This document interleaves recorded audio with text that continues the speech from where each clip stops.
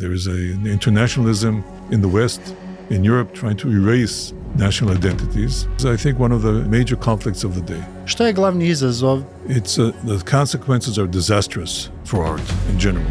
Da li onda umetnost postaje propaganda? The reason they supported it because there was a constant brainwashing by a single-minded media. Zašto je patriotizam problem? They believe in accommodating the radical Islam, joining forces with the radical left. This is a suicide. Zašto je najveća hrabrost? The position of Serbia and how it's been acting is one of the few signs of hope that maybe Europe will survive.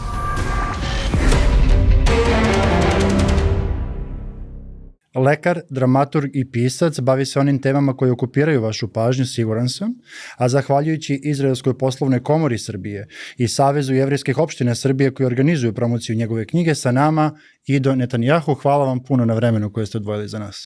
Well, thanks. Thank you very much. Thanks for having me here. Pitanje za kojeg naše gledalce sigurno zanima, koja je jedna poznanica, šta je glavni izazov za jednog pisca koji dolazi iz izraelskog društva? You're talking about a writer who lives in Israel. What is the main challenge? Mm-hmm. Yeah. I think it's the same challenge that every writer has, to write good literature. I don't know of any other challenge.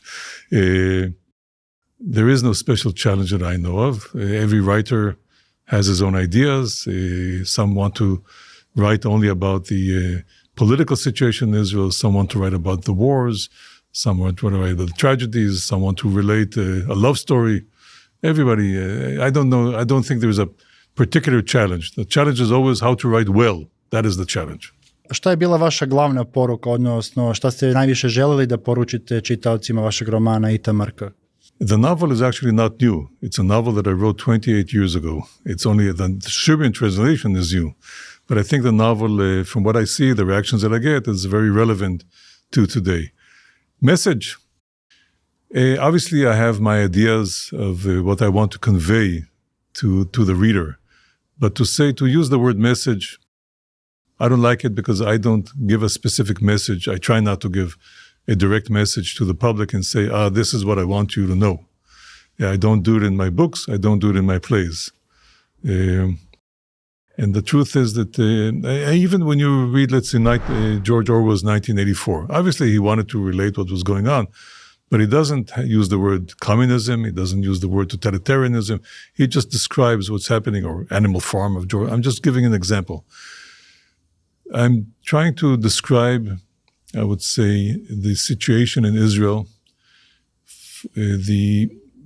trying to describe the cultural elite, the academic elite, and I describe in my novel how, in an ironic and satirical way, the book is a satire, how they force their worldview and opinions upon the cultural strata of Israel. They don't allow a view that does not conform with their ideology to rise.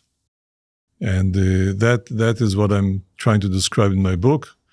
It's a satire in the sense that I also make fun of them. I make fun of the way they think of themselves very highly, everybody, but beneath it there's not much substance. So it's a satire in that sense. But I think it depicts things very realistically, okay, in a satirical way, an exaggerated way, of course. Vaš glavni junak Itamar za jednog od glavnih antagonista vidi politički establishment. Koja je razlika između iskrenog patriotizma i javnog političkog narativa? When you say the political establishment, you don't mean the government, okay? The government can be this way or that way. We're talking about the underlying establishment of the politics, of the academia, of the media, of the cultural, so-called self-proclaimed cultural elite. They have I would say, for lack of a better word, a leftist sort of a worldview in Israel. And that worldview happened to clash with something that my hero, Itamar, has in his movie script. His movie script is not political at all, but there's something there that bothers them, okay? And that's enough to create this confrontation and a clash which is what this novel revolves around, the clash between their trying to impose their political leftist view, which does not allow for, I would say, the expression of outward manifestations of patriotism at that time, I think still today, their worldview versus his artistic script, which has, or his artistic view, which includes also a small portion, that view. That is the basic clash between their totalitarian mindset. This is how they think, in a totalitarian way. And that is the enemy of the true culture in my eyes. And that's what I'm trying to show here in my book. To what extent the reader will understand it or not, I don't know, but I think he has fun while reading the book. That's what I've been told. Kakav odnos patriotizma I moralne odgovornosti vi preispitujete, polemišete u vašim delima? I don't really go into that too much. Look, Israel society is a very patriotic society in the sense that it has a very strong national consciousness, okay? The Jewish state, Israel, was created out of the idea of nationalism, of Jewish nationalism, the revival of Jewish nationalism. We create our own state, and as Jews, we have our own holidays. The Jewish religion is really a religion and which combines within it, it's the nationality of the Jewish people. For generations and generations, I just visited right now the graves of the grandparents of Theodor Herzl. They come from here, from Zemun, from Belgrade. They came from here. And I looked at all the graves in the cemetery, not all of them. As I was passing by, you could see some writing in Hebrew and underneath it in Serbian, okay? In their graves, only Hebrew, the grandparents of Herzl, which means they consider themselves part and only part of the Jewish nation, okay? And that was typical of Jews everywhere until the emancipation. But that strong sense of national identity remained in many, many Jews, including in the grandparents of Herzl. And that, of course, filtered down to the grandson, to Theodor Herzl, that he felt that he was, that the Jews have a strong national identity, despite many Jews who said at that time, especially in the West, we're not a nation, we're just a religion. We're French of the Mosaic faith. We're Germans of the Mosaic faith. He knew that underneath it there was a strong sense of peoplehood. And he was right, of course. So we created a nation that has a strong national identity. And this identity in general of nations is being under attack. It's under attack today also, the Serbian national identity. There is an internationalism that is very prevalent in the West, in Europe, trying to erase national identities,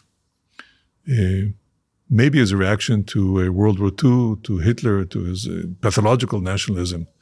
But in any case, this is, I think, one of the major conflicts of the day. Underneath the surface, in the novel, it also exists in the novel. I don't say it outright like I do here. I don't explain it in any way. But I think whoever reads it, and underneath, below the lines, in between the lines, can understand that this is an issue that is there in the novel. Zašto je vašem junaku Itamaru teško da razume da ne može da snimi jedan takav patriotski film? Gde ide, odakle polazi to njegovo nerazumevanje da izraelsko društvo ipak, odnosno izraelska elita, neće da finansira tako nešto? Uz onaj izgovor koji se kod vas u knjizi vidi, nema sredstava. In order to make a film in Israel, you need to have, almost invariably, you need to have financing by one of the public committees that give money for the film. They usually give half the funding, and no producer would enter in Israel to enter into producing a film without being assured of this public funding.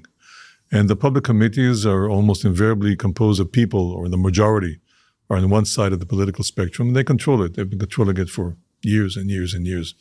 I don't think it has changed any, okay? Whatever government is in existence, it doesn't really matter. And so invariably, unfortunately, you see a lot of Israeli films that are extremely critical. They're all, if they touch politics, if they touch the situation between Israel and and the war between Israel and the Arabs, it's always, almost invariably, it comes out against the Israeli soldiers and it takes on the pro-Palestinian position. I'm talking about Israeli films done by Israelis, by Jews, okay? This is of course, this represents a minority of thinking of the Israeli public, but they control the money, okay? So in general, I would say anybody who has a film that tries to show, let's say, the Israeli army in a positive way, he won't even submit it to these committees because he knows he has no chance of being accepted by them. They won't fund this kind of movie. So this is the kind of movies they fund.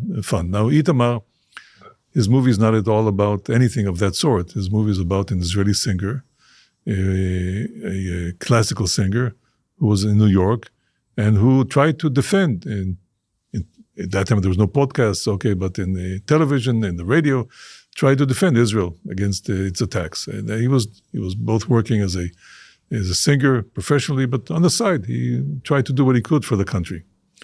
And in the script that Itamar, the feature film that Itamar wrote about this singer, he included that part, very minor part of the script. But that was unacceptable to the committee that that examines the script and wants to fund it. And they want him to change it. They want him to take it out, or they want to convert it to something else. And that is, as I said, the clash between him. Will he agree to change the script, to change that part of his hero? He can, of course, in the script maintain it, but ridicule it. He can do that. He refuses to do it because he doesn't believe in that, okay? Which is what they want him to do. They want, actually, in the end, it turns out they want him to maintain it, but they want to make it ridiculous, okay? The ridiculous idea, the man defending Israel. But that is the clashes. Will he agree to this or will he not? And if he doesn't agree to this, he will be cast aside, okay? His movie will not be produced, and he will have some sort of life, but not as a filmmaker. You can do whatever you want. Just don't enter into the world of Israeli culture. We don't want you there. Get away. So this is the story. Koje su onda posljedice na umetnost ako se konstantno selektuje ono što odgovara, kako ste sami rekli, političkoj levici, šta onda postaje umetnost? The consequences are disastrous for art in general. And it's not only in Israel, it's throughout the West. When you impose, when you don't have freedom, and this is the actual truth, you don't have freedom, then whenever an artist tries to conform himself in order to satisfy somebody, either it's people who fund his movie, or even to satisfy the audience, okay? If he thinks that this is what the audience would like, okay? Then he stops being a true artist. And the level of his art always becomes lower. I mean, the very foundation of art is that you say what is inside yourself. You might be a poor artist, okay? You might not be very talented, so your art will not be very elevated. But the sine qua non of good art is being truthful. And that is very difficult for an artist. Are you truthful in what you feel, and your feelings have to be true as well, okay? But if you conform yourself, certainly if you conform yourself to a certain political view because it's imposed on you, because you want to be accepted, let's say if you're an Israeli filmmaker and you want to get a prize in Europe, and you know that in a film that has nothing to do with anything, you include, in order to get also funding from Europe, you include a passage that shows very, I would say, brutal Israeli soldiers, beating up some Palestinian. If you include that, you might get a prize in Europe, in Western Europe, in the French Film Festival. This is what happens to art in general, that they try to You can see it everywhere. You can see it in movies. Let's say if we talk about films, you can see it in many Western films that they include things that they know have to be there in order to be accepted. So there has to be a gay scene, even though it has nothing to do with the film. I'm not, once again, if the film is about gay people, fine, okay, I have no problem. But you see these movies that gratuitously include things that are there in order to be accepted. And that kills art. That makes it ridiculous. Okay, can you imagine Michelangelo putting something there because he thinks in his sculpting, because he thinks that will be accepted by? No, he has an inner truth that he wants to sculpt something that says something. Okay, that is the definition almost of a true artist. Da li onda umetnost, ako joj se sve to oduzme, postaje propaganda? Becomes a political pamphlet. Absolutely. I can tell you one thing. In this book of mine, there is a small passage where Itamar, meets this young woman that he likes very much. She looks authentic. She is authentic. A wonderful person, good looking. She happens to be religious, and he's not. A religious Jew, he's not. But that doesn't bother him. But in the end, there's a certain superstition, I won't go into that she believes in a certain superstition and writing a doctorate or something or some work on this superstition, and that turns him off. It's as if it's anti-religious, this passage in my book. The truth is, if you read it carefully, it's not anti-religious at all. And somebody told me, yeah, really, that's not good. Really, I liked everything in the novel except for this. And I spoke to somebody else, a Christian, a priest or something, and he liked it very much except for this passage. Why didn't you change it? Why didn't you make her something else? Why didn't you have him fall in love with her nevertheless? Okay. I told him, but this is not what I wanted to write about. This is not me. This is not what I want to convey. So when somebody asks you that, the person asks me that, then I know, well, he's a politician maybe. Okay, he's maybe a commentator, political commentator, but he does not understand what being an artist is. Unfortunately, many artists do this kind of thing. It's very common. It's very unfortunate. I describe in my book a lot of artists. It could be visual artists also, for instance, a photographer. And this is a theme that is very strong in my book. It's one of the themes. And I describe them, I show her, this woman, a ridiculous artist. She's a photographer, has a lot of exhibitions, is very successful throughout the world, Israeli photographer. And I describe what she does, and she has talent. She's not talentless, she has real talent, okay? Especially early work, the way I describe it, the way I write it. But you can see because she succumbs not to political pressure, but to what is expected in modern art. Her art degrades and degrades and degrades. It's not only political pressure. It's the general idea of what you should do in art. And the end result is when you go to a modern art museum, you see those things that are, I would say, considered to be what is proper in a modern art museum, which I have a hard time understanding, but maybe the artist himself didn't understand either. I don't know, but it's there. I think it's part of the degradation of modern culture, and there is a degradation. There is a degradation. You can't ignore it. You can pretend that it doesn't exist, and you can pretend to go to a museum and see, I don't know, some painting that it's all black, and they have a fancy name for it, and you can pretend that it's a great piece of art, but in your heart, you know it's not. It doesn't speak to you. Art that does not move you emotionally in some way, and intellectually is also emotionally. If it doesn't succeed in doing that, it's not great art. It's not even art. It's nothing in my eyes. Znači li to da smo mi taoci jedne kulturne elite, uslovno rečeno, i da kao civilizacija degradiramo jer se ne podržava ona istinska kultura koju ljudi osjećaju? We're certainly hostages, but I don't think it's inevitable. I think there's always a reaction. Okay, first of all, there are fashions. Okay, fashions change. There are certainly some wonderful artists, if we talk about painting and all that exist and that are able to show themselves. They're wonderful movie makers. They're wonderful novelists. But if I compare the general level, I would say, of the great novelists of today to the great novelists of the 19th century, I don't think it would be an exaggeration to say that they were better, okay? But of course, it will not last forever. It's not inevitable. Nothing lasts forever. And there's always, freedom is in the human heart, and it always finds its way out. So I'm not as pessimistic as maybe whoever reads this book thinks I am. I'm not. Okay.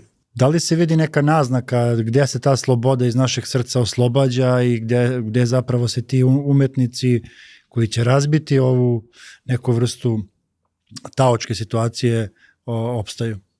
Look, I'm not an expert. It's not my field, the history of art, or I'm just telling you what I'm seeing. And when I go to go around the city, let's say in the cities in Israel, and see the statues they put on the streets, when I go to the museums and I see the exhibits, when I read the books, so I cannot. I imagine if I were a scholar of a culture, which I'm not, I would be able to point to certain things. I'm not. I just know that what is being shown in museums, and I know what is being shown elsewhere. And I know there's a degradation, but I also know there's a blossoming of very good things. I'm sure it's just a matter of time, that's all. A kome zapravo smeta ta sloboda umetnosti o kojoj smo pričali? If you're talking about freedom of speech, that's something else. It's both. When I wrote this book in Israel in the 1990s, late 1990s, the situation was such that all the media, all the electronic media, without exception, was of one mind. Okay, for lack of a better word, I'm using the word left. The book was written during the time of the Oslo Accords, when we let in Arafat and thousands of terrorists from Tunisia, believing that we will have peace with them. Of course, it turned out to be a disaster. To me, it was very strange that it was almost unthinkable that we did this. To me, it was obvious that it will end up in horrible acts of terror in Israel, which it did, in the streets, in the bombings, the suicide bombings, the buses that blew up. Every day in Jerusalem, where we lived, you would hear these bombs. People getting murdered on the streets. It was obvious that this would happen within a short time, and it did happen within a short time. Why did the Israeli public support it in the beginning? It quickly turned away from it once the bombings happened. Okay, they understood it was a sham, that was a charade, that it was that they were fooling us. But why did the Israeli public support it? And the reason they supported it because there was a constant brainwashing by a single-minded media, whether it's the electronic media, the television, radio, and the written media. There was no internet at the time. And so this was thought control. They would not allow real voices to be heard against this. Yeah, you could protest in the streets. Nobody put you in jail. And they would here and there might be an article that the newspapers allowed. They might interview somebody who's against it, but it will be a hostile interview. The reporters are always on the left. Okay, this is I would say the kind of control that anybody tried to speak differently would be ridiculed, would be mocked. They would go, if he would try to explain himself in more than 2 sentences, the interviewer would immediately shut him up. This is what we now call cancel culture, and this is what also is in the book, not only political but otherwise. This was before the word cancel culture existed, but this is what is being described in the book. Vi u knjizi kažete da novinare istina ne zanima previše, jedan od vaših junaka. Odakle se onda ljudi informišu ako novinare ne zanima istina? People can't get informed. It's very difficult. When you read Israeli media at that time or listened to the media, it was almost like being in Russia. Okay, reading Izvestia or reading one of the newspapers. You had to learn how to read between the lines. Okay, to try to figure out what the truth is. I'm talking about then at that time, which is why the book became so popular among Jews who immigrated from Russia to Israel. It was translated very quickly into Russian, and they felt at home. They understood that there is a control of what they read and what they see, but it's not done by the government as was in the Soviet Union, but it's done in a different way by those who control the platforms of expression in Israel. Okay, so they understood it immediately that this is a democratic society where there is thought control by those who control the mechanisms of culture and of the media and of the academia. And this is what's been happening in the West, let's face it, over the last 20, 30, 40 years. Slowly, there's been a takeover of the university, of the culture, and the end result is what we saw in America and the Columbia University, the students after October 7, when Israel was before Israel went into the Gaza Strip, immediately you saw these demonstrations, very vocal demonstrations for Hamas, for these killers, for these murderers who butchered civilians in the kibbutzim and the villages outside of the Gaza Strip who went in within hours. Huge demonstrations for them and against Israel, whether it's Columbia University, whether it's Harvard, whether it's Yale, and of course also in the capitals of Europe. And Israel did not yet fire a single shot. This is the product of the complete takeover of the departments in the universities and the brainwashing of these children of these youngsters, not children, who go to the universities. That is the end result. And so this, what I describe here is unfortunately what's been happening in the West over the course of these years, and why the book has an appeal to why it was translated to Germany recently. People understand, hey, this is what's also happening with us. You know, they're trying to coerce their views on us, whether the cultural views or the political views. Da li onda ljudima ideologija lakše prihvatljiva ili lakše im da poveruju u nju nego u istinu? Ideology can be truth, okay? Truth is how do you find truth? It's the whole matter of ideology and truth. Some ideologies, but I would say that trying to impose a political ideology on a people is very dangerous. We saw what happened, whether it's the Soviet Union, with the other places. The problem is in ideology, depends what's ideology. Ideology that talks about utopia, about the way they want people to live, the ideal way they want society to function, is somewhat removed from truth because it often goes against human nature. Okay, in the communists, they think that people will be satisfied with what they get from the state. They will not want to accumulate wealth. They would not want to have property.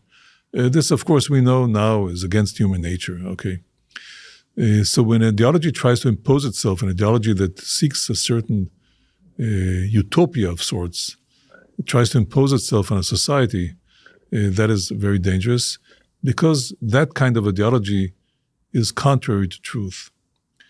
It appeals to many people because it sounds nice. Okay, hey, you want to have an equal society.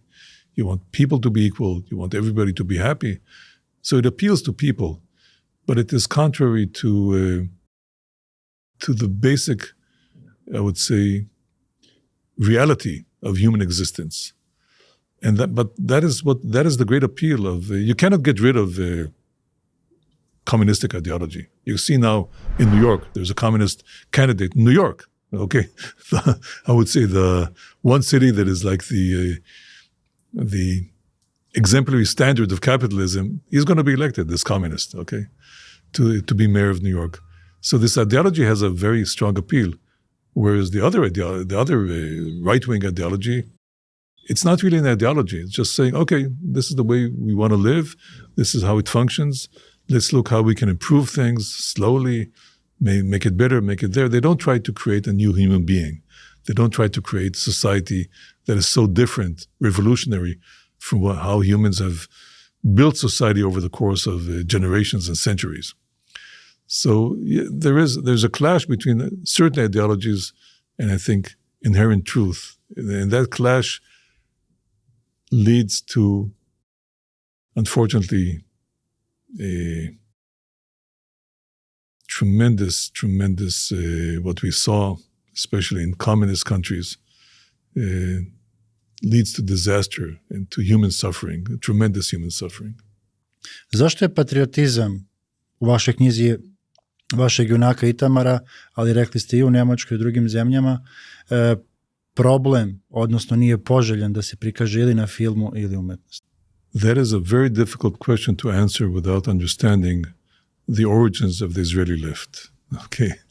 And I'm not sure we have the time to explain, but the basic problem has to do with a universalist ideology that was the core initial belief of the Zionist, not the Zionist left, but some of the left who immigrated to the land of Israel in the early 20th century.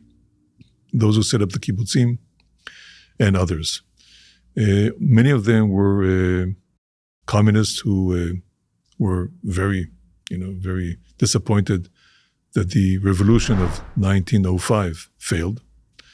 And they said, okay, we'll set up this revolutionary society. It didn't work in Russia, we'll do it in the land of Israel. And many of them were internationalists. They were not really imbued with Jewish nationalism. There was a very strong in the Zionist movement, as paradoxical as it may seem, there was a very strong anti-nationalist component. And this component has remained. Ben-Gurion was a socialist, at one time even a Marxist, but with time he moved very much into being a Zionist nationalist, okay? And he understood there was a problem here, a very severe problem. But he was able to move the left wing of Zionism in his direction. But like when you pull on a rubber, it has tension, and with time, it pulled back. In the elites, this sort of not truly anti-nationalist, but I would say, and to them the word patriotism was considered a word that is almost, you can't even say it. Okay, it's a bad word to say. Okay. They used to quote some saying, never mind, it's too difficult, too long to explain. But that has been maintained, I would say, to a large degree by those who are in the intellectual elite, in the so-called elite. They consider themselves elite in Israel, whether it's universities and a large part of the media. Now, they are a minority. They're, I would say, among the Jews, a minority. The Israeli public has moved elsewhere, and we could see it. One of the reasons that Prime Minister Rabin went to the Oslo Accords, he did not believe that the young people of Israel have the kind of willingness to fight as older generations did. What we saw on October 7 proved that he was wrong. The army was not ready for this attack by Hamas, as we know. Okay, that is a thing that needs to be investigated. And so when people, just ordinary citizens, heard what was happening in the morning of October 7, 2023, heard what was happening, they took their guns, many Israelis carry guns, and just rushed to that area and started fighting against the terrorists, an army of several thousand terrorists. Many were killed, just young people, even a bit older people. And then they all, everybody wanted to be drafted to the army. those who are in the reserves. Everybody wanted to go to the army to be drafted. And there was tremendous motivation to fight Hamas. Tremendous motivation. And this, of course, affected everybody higher up. So the young generation of Israel is very different, I would say, from the generation my age, that looked with a critical eye on patriotism, not me personally, but many, many people my age, because they were, I would say, affected by the fashions of the West, very much so, or their upbringing, whether it's in the kibbutzim or elsewhere. Not all kibbutzim and not all people my age, of course. I'm talking in generalities. You cannot avoid talking in generalities when you try to describe the situation. But the young generation of Israel has proven that it is immune to these ideas. And they're very patriotic, and they're willing to fight and to sacrifice their lives and to do what is necessary for the survival of the Jewish people, because that was what was at stake. Because had they succeeded in what they planned, to have simultaneous attacks from the Gaza Strip, from Lebanon, with the Hezbollah force planning to invade northern Israel, take over the towns there, with 150,000 rockets, and simultaneously from Iran, with a massive, massive rockets. That's what they thought would happen. All clashing together in Israel, this was a war of survival. But this did not happen thanks to the, I would say, the very strong stand of the Israeli population and to the strong stand of the Israeli government as well. So what they represent in the media, not all media, once again, what they represent in the academia in Israel, not all academia, what they represent in the Israeli culture, certainly does not reflect the Israeli population. Šta je onda drugačije ovoj mladoj generaciji? Gde se ona informiše, gde se ona edukuje kada, kako ste rekli, ima jedan snažniji patriotski stav od generacije ili dve pre nje? That is the hardest question to answer. Okay. The truth is, to me, it was a surprise. To many people, it was a surprise. Because they're in the TikTok all the time, and I don't know, they go to these parties, and some smoke marijuana, and I didn't know. I didn't realize it. One of the reasons we did, the Hamas was building up, and, every once in a while you said, okay, after we left the Gaza Strip, foolishly, okay, we pulled our army out of the Gaza Strip, we took we destroyed the villages, the Jewish villages that were in the Gaza Strip. We did that 20 years ago, foolish thing to do, but we did it, okay? And okay, so with Hamas now, all of a sudden, instead of building an economy, building, whatever, doing something, all they did was build tunnels and launch rockets at us, okay? And okay, why didn't the army go in? Because the heads of the army thought that the soldiers are not good enough, they will not fight, okay? They did not think they were prepared to fight. Everybody thought that. That's the truth, And so what has caused the younger generation to be so strong? And I was thinking about it, and I even wrote an article about it. And I think it's the fact that they grew up in Israel.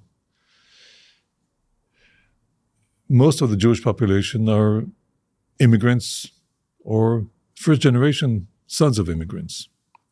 Many of the immigrants, of course, Zionists. Okay, they came because this is the Jewish homeland. We are now returning to our historical homeland.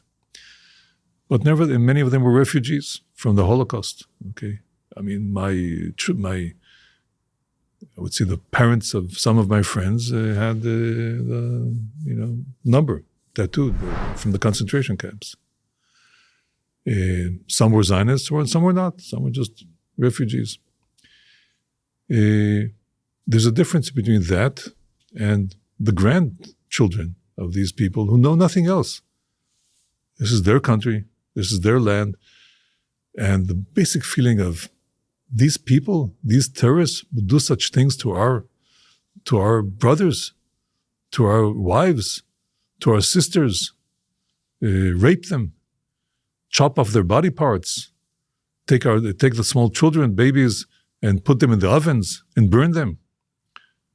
We won't allow this. No, this is our country, this is our people, and we will fight against it. We won't tolerate it. I think it's an inherent sense of inner patriotism that comes from the fact that they live on the land. This is their land, this is their country. They will do whatever it takes to have the country thrive, have the people survive. It's an instinctive feeling, I would say, that they have, which I think we did not realize they have it to such an extent. Unaffected by what they hear all the time in the media. It is remarkable. It's the strength of the land itself, I would say, gives them a certain strength, which you can see. Pošto sada govorimo o snazi i o hrabrosti, zašto je najveća hrabrost povesti druge, svesni da nećete preživjeti, kako ste rekli u vašem drugom romanu? I think it's great courage. I mean, look, there are two types of courage. Okay, there's a physical courage, and there's a moral courage. The moral courage is what we talk about is saying what you believe in. Okay, most people don't. Okay, most people are succumb to pressures from the outside, and then there is the courage of being willing to forfeit your life for other people. That is, I think, the base of society. If there are not enough people in a country that are willing to put down their lives for the sake of the country and their people to survive, that country will not survive. It's impossible, because there will always be those who want to destroy that country. There will always be those, but there has to be enough people to be willing to fight. Now, courage is a function also of being sure that you are right morally. It's not just a matter of physical courage. I'm a brave man and I'm willing to die. There are such people. It's something stupidity even. Courage in normal people, whether those who are in the partisans in the World War II, whether it's the Israelis fighting against one soldier, or even civilian fighting against 20 terrorists attacking him, and knowing he's going to die, but he's saving the people behind him. The courage comes from an inner understanding that you are in the right side, you're on the side of that is morally right. Now, if all you hear all the time is that you are wrong, like what the Europeans tell us all the time, we're horrible people, and all you're doing is wrong. One of the things they're trying to achieve is to destroy our inner sense of being on the right, being morally correct. If you destroy that, you destroy the willingness to fight for your side. That is the conflict. That is they're trying to destroy your willingness to fight for your cause. Because if you're not morally correct, you're not willing to fight for that. Most people are not willing to fight for that. I naravno sada ono što svakako želimo da vas pitamo i bilo bi jako prigodno, zašto je bilo važno prevesti vašu knjigu na srpski jezik? Da li vidite neku sličnost sa publikom? Into Serbian.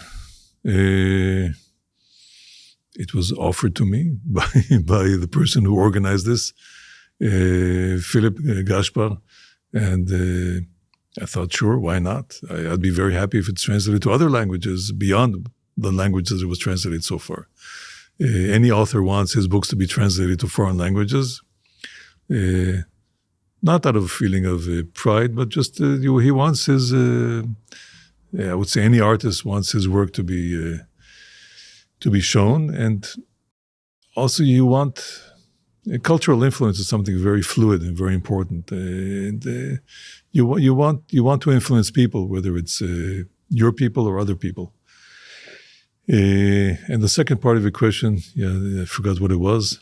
Da li ste vidjeli neku sličnost sa publikom, izraelskom i srpskom? I think great similarities. I think the kind of pressure that is being put on Israel by those who think differently, those who want a fluid world, is the kind of pressure that is being put on Serbia. And to me, Serbia is trying to buck the trend of what's happening in Europe. And the position of Serbia and how it's been acting is one of the few signs of hope that maybe Europe will survive. Whether that happens or not, I don't know. But I would say Serbia has a mission, if you want to call it. Because if Europe, what is the West composed of? Why do we want to be part of the West? What is so important about the West is what is the West has done. When I say the West, I include, of course, also European. Okay, Serbia to me is part of the West. What Europe has done for humanity over the last 400 years, we want that to survive. Western Europe seems to be able to give it all up. Okay. They believe in accommodating the radical Islam, joining forces with the radical left. This is a suicide, almost like a suicide pact. But Serbia is one of those countries that shows courage in not following that trend. And so I think in that sense it's very similar to Israel. Hvala vam puno na vremenu koje ste izdvojili za nas i želim vam svaku sreću naravno u daljoj promociji knjige koja svakako vredi pročitati. Very good. Thank you very much. Thanks for having me. Hvala što ste pratili još jednu našu emisiju. Zapratite kanal emisije Rubikon i delite naše sadržaje na društvenim mrežama. Ono što je važno, komentarišite. Vašim komentarima nam dajete smjernice za dalje rad i upravo svrha svega što mi radimo i jeste da svi zajedno učinimo sve što možemo, da kockice istorije padnu na nama povoljnu stranu.